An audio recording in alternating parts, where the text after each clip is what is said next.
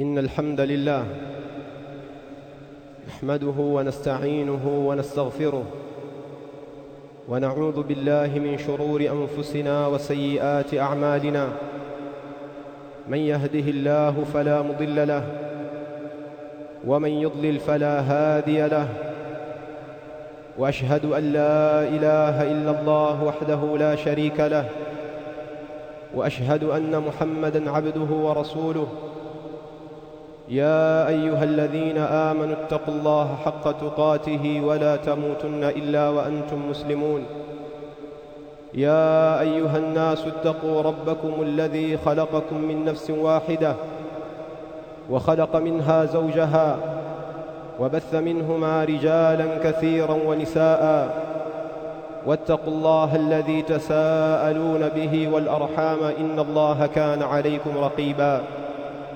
يا أيها الذين آمنوا اتقوا الله وقولوا قولا سديدا يصلح لكم أعمالكم ويغفر لكم ذنوبكم، ومن يطع الله ورسوله فقد فاز فوزا عظيما. أما بعد، فإن أصدق الحديث كتاب الله، وخير الهدى هدى محمد صلى الله عليه وسلم، وشر الأمور محدثاتها، فإن كل محدثة بدعة، وكل بدعة ضلالة، وكل ضلالة في النار. عباد الله، بعدكم حميدي الله سبحانه وتعالى نكم تكيا صالة سلام متمويت محمد صلى الله عليه وسلم. Ninaikumbusha nafsi yangu pamoja na kuwakumbusha ndugu zangu katika imani kumcha Allah subhanahu wa ta'ala. Ibadallah, kwa hakika Allah subhanahu wa ta'ala ameteremsha Qur'an ambayo ndani yake kuna uongofu kwa watu na kuna mauidha na kuna rahma kwa waumini. Yule ambaye atakayeiamini Qur'ani aflaha wa naja, atafaulu na kuongoka, na yule ambaye atakayekufuru Qur'ani na kuiacha Qur'ani atapotea na kuangamia. Yahdi bihi Allahu man ittaba'a ridwanahu subul as-salam wa yukhrijuhum min adh-dhulumati ila an-nur bi'idhnihi wa yahdihim ila siratin mustaqim.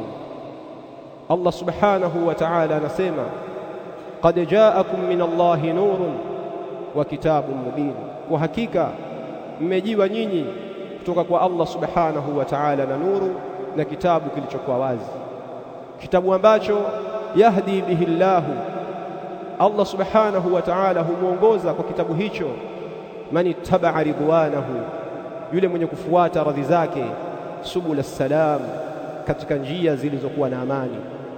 Wa yukhrijuhum min adh-dhulumati, na Allah subhanahu wa ta'ala huwatoa waja wake kupitia kitabu chake min adh-dhulumati, katika giza, ila nur, na kuwapeleka wao katika nuru, biidhnihi, kwa idhni yake, wayahdihim ila siratin mustaqim, na Allah subhanahu wa ta'ala anawaongoza waja wake kupitia kitabu chake katika njia iliyonyooka.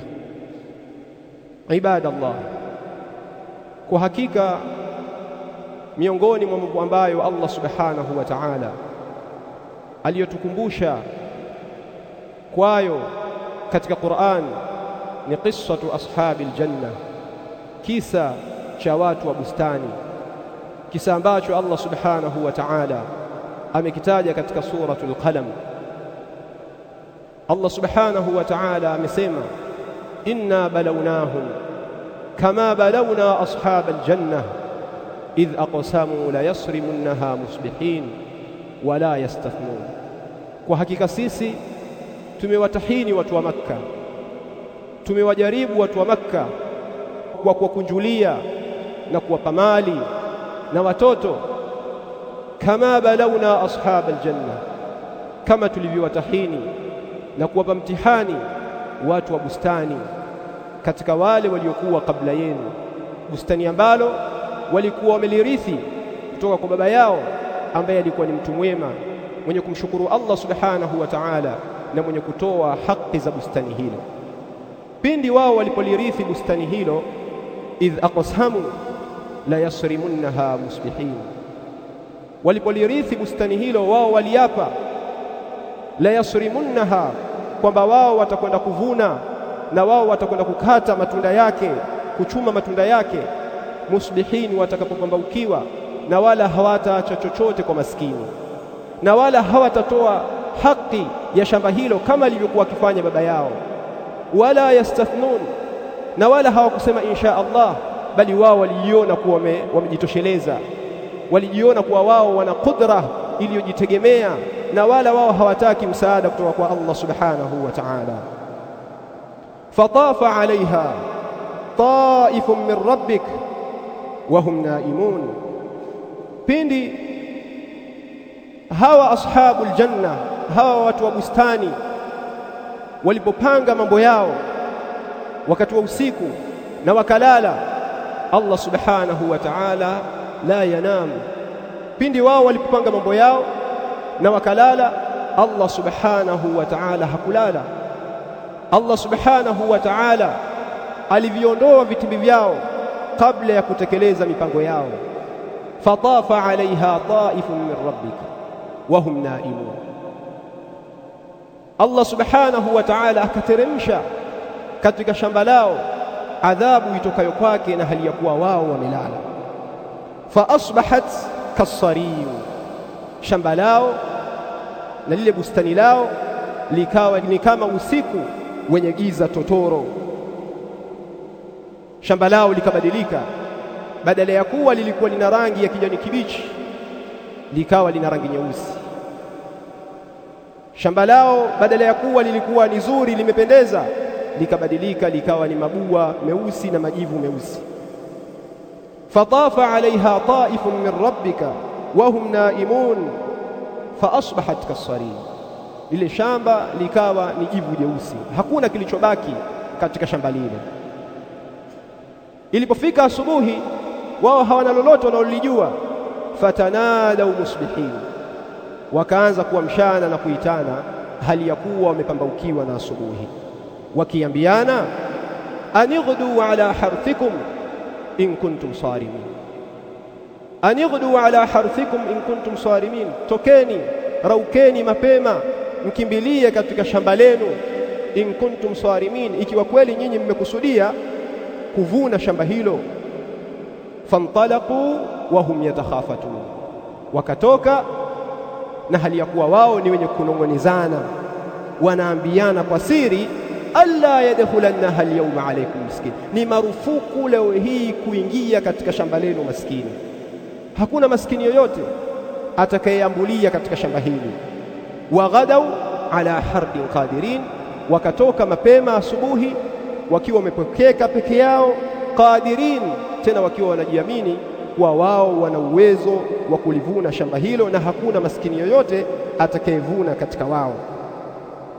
Wakatoka wakaelekea katika shamba lao mpaka walipofika, Allah anaeleza falamma raauha qalu inna ladallun. Pindi walipoliona lile shamba lao hawakuamini, wakasema inna ladallun, kwa hakika sisi tumepotea. Na vipi watapotea na hali ya kuwa njia ya kwenda shambani kwao wanaijua na wameizoea? Lakini mshtuko uliowapata wakasema kwa hakika sisi tumepotea, hili siyo shamba letu, kwa sababu walilikuta kinyume na vile walivyotaraji. Na hii ndiyo hali ya kila yule ambaye mwenye kughurika na mali yake, mwenye kughurika na afya yake, mwenye kughurika na vile ambavyo Allah subhanahu wa ta'ala alivyompa. Hazinduki mpaka pale ambapo Allah subhanahu wa ta'ala anapomtia mikononi, wakati ambao majuto hayatamfaa mja. Kwa hiyo walipoliona shamba lao wakasema inna ladallun, kwa hakika sisi tumepotea. Walipokaa na kuhakikisha kwamba shamba hilo ni lao, wakasema bal nahnu mahrumun, bali sisi Allah subhanahu wa ta'ala ametuadhibu, Allah subhanahu wa ta'ala ametuharamishia hii riziki kwa sababu sisi tumemkosea Allah subhanahu wa ta'ala. Wakazinduka wakaanza kulaumiana katika wakati ambao lawama hazifai, lawama hazimfai mja. Allah anaendelea kusema qala awsatuhum alam aqul lakum laula tusabbihun, akasema aqaluhum, yule mwenye akili katika wao akiwaambia wenzake, alam aqul lakum, hivi mimi sikuwaambia nyinyi, laula tusabbihun, hivi mbona nyinyi hamumtakasi Allah subhanahu wa ta'ala kutokana na kudhania kwenu kwamba nyinyi mmejitosheleza? Hivi kwa nini hamsemi insha Allah? Qalu subhana rabbina inna kunna dhalimin, wakasema utakasifu ni wa kwako ewe Mola wetu, kwa hakika sisi tulikuwa tumezidhulumu nafsi zetu, kwa hakika sisi tulikuwa tumekosea. Faaqbala ba'dhum ala ba'dhin yatalawamun, baadhi yao wakawageukia baadhi wakiwa ni wenye kulaumiana, na hakuna manufaa ya lawama katika wakati huo. Qalu ya wailana inna kunna taghin asa rabbuna an yubdilana khayran minha inna ila rabbina raghib. Kisha wakasema kwa pamoja, baada ya kuona kuwa hakuna njia yoyote isipokuwa ni kurejea kwa Allah subhanahu wa ta'ala, isipokuwa ni kumtaka msamaha Allah subhanahu wa ta'ala na kubadilika, wakasema ya wailana, maangamivu yetu, inna kunna taghin, kwa hakika sisi tulikuwa tumechukua mipaka, sisi tulikuwa tumemwasi Allah subhanahu wa ta'ala. Asa rabbuna an yubdilana khayran minha, huenda Mola wetu an yubdilana, akatubadilishia sisi khayran minha, kilichokuwa bora kuliko hili shamba letu. Inna ila rabbina raghibun, kwa hakika sisi kwa Mola wetu ni wenye kunyenyekea. Na hakuna shaka kuwa Allah subhanahu wa ta'ala hairejeshi mikono mitupu ya yule ambaye mwenye kumtarajia, na yule ambaye mwenye kurejea kwake, na yule ambaye mwenye kumwomba Allah subhanahu wa ta'ala. Allah anasema kadhalika al'adhab wala adhabu al-akhirati akbar law kanu ya'lamun, hivyo hivyo ndivyo inavyokuwa adhabu ya duniani. Wala adhabu al-akhirati akbar, na kwa hakika adhabu ya akhira ni kubwa zaidi. Ikiwa walilikosa shamba lao lakini Allah aliwabakishia mali zao nyingine, basi akhira hakuna mali hata moja itakayobaki. Wala adhabu al-akhirati akbar, na kwa hakika adhabu ya akhira ni kubwa zaidi. Lau kanu ya'lamun, lau ingelikuwa wao wanajua. Allah subhanahu wa ta'ala tukinge na adhabu zake, na Allah subhanahu wa ta'ala tusamehe madhambi yetu, na tujalie tuwe katika waja wake wenye kumshukuru. Alhamdulillahi rabbil alamin, wassalatu wassalamu ala ashrafil anbiya'i wal mursalin, nabiyina Muhammadin wa ala alihi wa sahbihi wa man tabi'ahum bi ihsanin ila yawmiddin. Amma ba'd, enyi ndugu zangu katika imani, ikiwa Allah subhanahu wa ta'ala aliwaadhibu watu wa bustani kwa sababu ya dhambi moja na kwa sababu ya kosa moja, vipi yule ambaye anayemwasi Allah subhanahu wa ta'ala usiku na mchana? Vipi yule ambaye pindi anapopatwa na ashadaid, matatizo, anakimbilia kwa waganga washirikina, anakimbilia kwa wapiga ramli, anakimbilia kwa wanajimu, yasrifu al-ibadata ila ghairi Allah, anazielekeza ibada kwa asiyekuwa Allah subhanahu wa ta'ala, anamshirikisha Allah subhanahu wa ta'ala pamoja na kiumbe chake. Vipi yule ambaye yudayyi'u alwajibat, anayeacha mambo ya wajibu, anaacha kuswali, anasikia adhana inaadhiniwa lakini haendi msikitini, au anazitoa swala katika wakati wake, au anaacha kutoa zaka na hali ya kuwa ana uwezo wa kutoa zaka, au anaacha kufunga mwezi wa Ramadhani, au anaacha kuhiji, kwenda hija na hali ya kuwa ana uwezo wa kwenda hija, anaacha kuwafanyia wema wazazi wake, anaacha kuwafanyia wema majirani zake na watu wake, anaacha kuunga udugu. Vipi huyu mwenye kuacha wajibati? Vipi yule ambaye anayezini na mabinti za watu, anayezini na dada za watu, anayezini na mama za watu, wayatabaha bidhalika, na anajisifu kwa hilo, na anakwenda kutangaza kijiweni kuwa amezini na fulani, amezini na fulani, amezini na binti wa nyumba fulani, anadhihirisha maasiya bila hayain wala khawf, bila ya haya, bila ya hofu, mpaka baadhi yao wanafikia kusema kwamba mimi siwezi kukaa siku mbili siku tatu bila ya kuzini, siwezi mimi kuishi bila ya zinaa. Vipi huyu ambaye anayejigamba kwa maasi na anayedhihirisha kumwasi Allah subhanahu wa ta'ala. Vipi yule ambaye anaiba mali za umma, anaiba mali za watu, anafanya ubadhirifu katika mali za mayatima? Vipi hawa hali yao? Vipi yule ambaye anayevunja heshima za watu, anayewatukana watu, anayewakejeli watu na kuwakebehi watu na kuwasengenya watu? Vipi yule ambaye ameshughulishwa na anasa na pumbao akaacha mambo ya wajibati, ameshughulishwa na mpira, ameshughulishwa na kombe la dunia, anaacha kuswali kwa sababu ya mpira, anaacha kutekeleza mambo ambayo Allah subhanahu wa ta'ala ameamrisha kwa sababu ya miziki, kwa sababu ya mambo ya haramu, kwa sababu ya maigizo, kwa sababu ya kutazama filamu? Vipi hali ya yule ambaye anayeacha wajibati kwa sababu ameshughulishwa na mambo ya anasa na mambo ya pumbao? Ayu sama'in tudhilluna wa ayu ardhin tuqilluna idha asayna Allah wa rasulahu. Ni mbingu gani itakayotufunika sisi na ardhi gani itakayotubeba sisi ikiwa sisi tunamwasi Allah subhanahu wa ta'ala na mtume wake? Kwa sababu as-sama'u sama'u, mbingu hii ni mbingu yake Allah subhanahu wa ta'ala aliyetuamrisha na aliyetukataza, wal ardu arduhu, na hii ardhi ni ardhi yake Allah subhanahu wa ta'ala. Tutakimbilia wapi sisi na tutajificha wapi sisi pindi tunapomwasi Allah subhanahu wa ta'ala? Ibadallah, enyi waja wa Allah, i'lamu anna adh-dhunuba tadhurru wala bud. Fahamuni kwamba madhambi yana madhara na hakuna budi, ni lazima.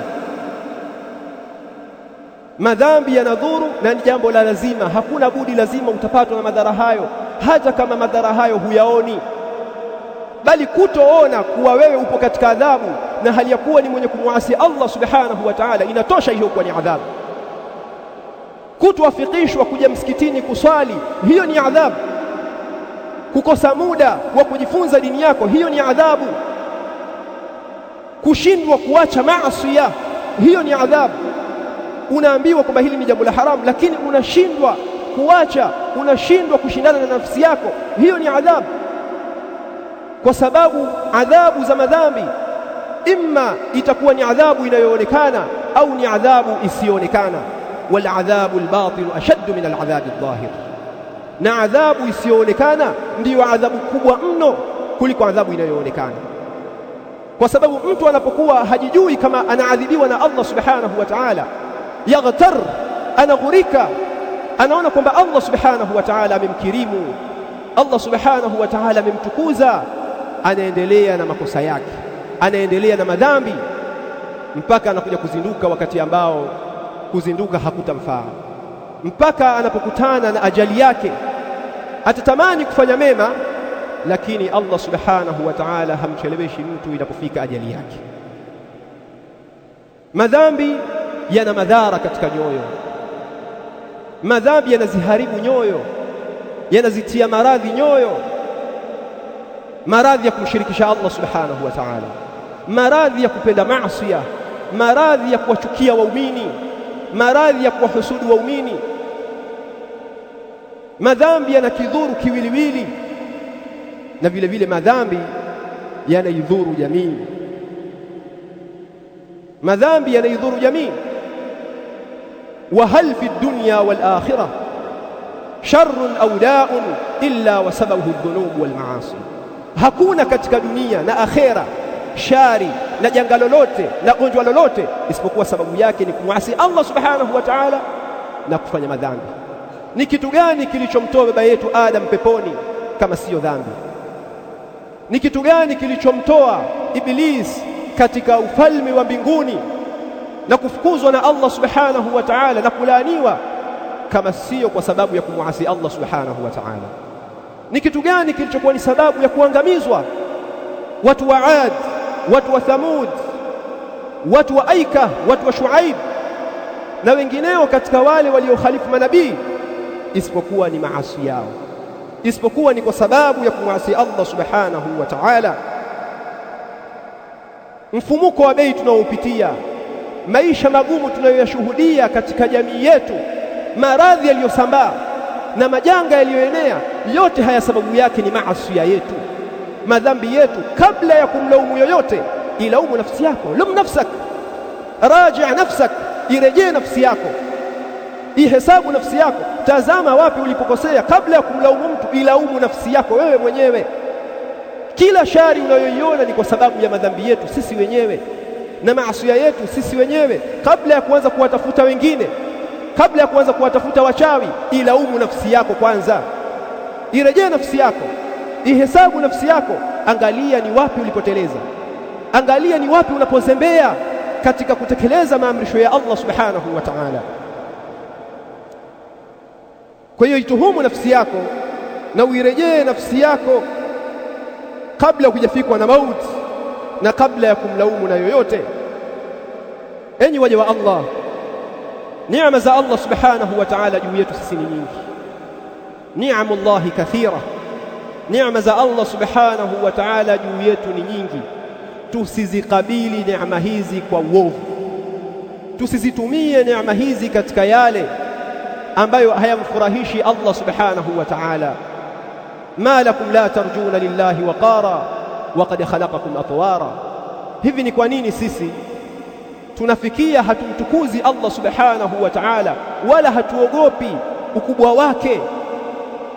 Tunamuasi Allah subhanahu wa ta'ala, na hali ya kuwa Allah ndiye aliyetuumba hatua kwa hatua, Allah ndiye aliyeturuzuku, na Allah subhanahu wa ta'ala ndiye aliyetuongoza na kutufanyia wepesi sisi katika njia za maisha. Hivyo ni wajibu kwetu sisi kuzikabili neema za Allah subhanahu wa ta'ala kwa kumshukuru Allah subhanahu wa ta'ala, kwa kukiri katika mioyo yetu kwa neema hizo zimetoka kwake Allah subhanahu wa ta'ala, na kuzitumia katika yale anayoyapenda Allah subhanahu wa ta'ala na anayoyaridhia Allah subhanahu wa ta'ala. Ndugu zanguni katika imani, hali inasikitisha, hali katika jamii yetu inasikitisha. Tubadilikeni. Mabadiliko yanatokana na kubadilika kwetu sisi. Ikiwa tunataka maisha mazuri duniani na akhera, basi sisi tubadilikeni. Ikiwa tunataka maendeleo katika nchi yetu, basi sisi tubadilikeni. Maendeleo hayatafutwi kwa fujo, maendeleo hayatafutwi kwa kuvunja miundombinu, kwa kuharibu miundombinu, kwa kuharibu mali za watu, kwa kumwaga damu za watu. Maendeleo yanapatikana kwa kumwamini Allah subhanahu wa ta'ala na kufanya matendo yaliyokuwa mazuri. Tumrejeeni Allah subhanahu wa ta'ala, tumrejeeni Allah subhanahu wa ta'ala bitawbati wal istighfar, kwa kufanya tauba na kumtaka msamaha Allah subhanahu wa ta'ala.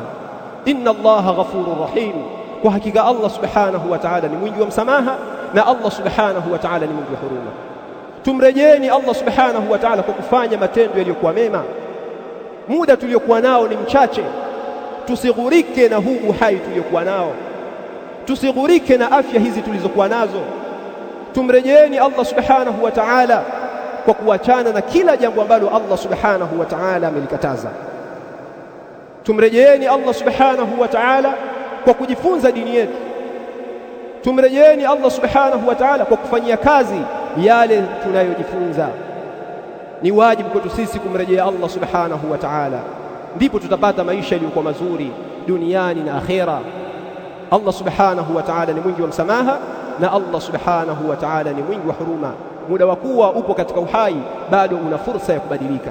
Itumie vizuri fursa hii aliyokupa Allah subhanahu wa ta'ala kwa kumrejea yeye na kufanya yale anayoyapenda Allah subhanahu wa ta'ala na kuyaridhia. Ewe Mola wetu ya Rabbi, tunakuomba kwa majina yako yaliyokuwa mazuri na sifa zako zilizokuwa njema, utusamehe madhambi yetu. Ewe Allah ya Rabbi, kwa majina yako yaliyokuwa mazuri na sifa zako zilizokuwa njema, kwa hakika sisi waja wako tumezidhulumu nafsi zetu dhulma iliyokuwa kubwa, na hakuna anayesamehe madhambi isipokuwa wewe Mola wetu Allah subhanahu wa ta'ala. Basi ewe Allah, tupe msamaha utokao kwako na huruma itokayo kwako. Kwa hakika wewe Allah ni mwingi wa msamaha na ni mwingi wa huruma. Lau Allah kama hutatusamehe sisi na kutuhurumia, basi kwa hakika sisi tutakuwa ni katika watu waliokhasirika, kwa hakika sisi tutakuwa ni katika watu walioangamia. Rabbana innana sami'na munadiyan yunadi lil-iman an aminu bi rabbikum fa amanna rabbana faghfir lana dhunubana wa kaffir 'anna sayyi'atina wa tawaffana ma'al abrar. ربنا اغفر لنا ولإخواننا الذين سبقونا بالإيمان ولا تجعل في قلوبنا غلا للذين آمنوا ربنا إنك رؤوف رحيم. اللهم صل على محمد وعلى آل محمد كما صليت على إبراهيم وعلى آل إبراهيم إنك حميد مجيد، وبارك على محمد